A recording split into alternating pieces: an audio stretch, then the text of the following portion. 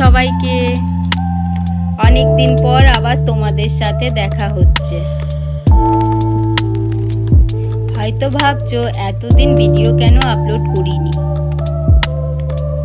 আসল কথা হলো আমরা নতুন জায়গায় শিফট করেছিলাম।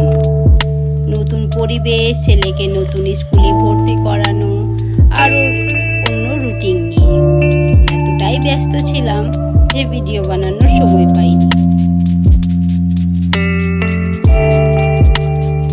কিন্তু এবার আবার নতুন করে শুরু করছি।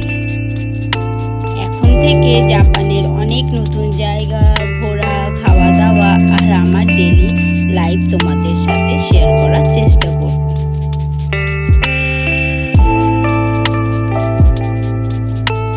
আশা করি আগের মতোই তোমরা আমার পাশে থাকবে।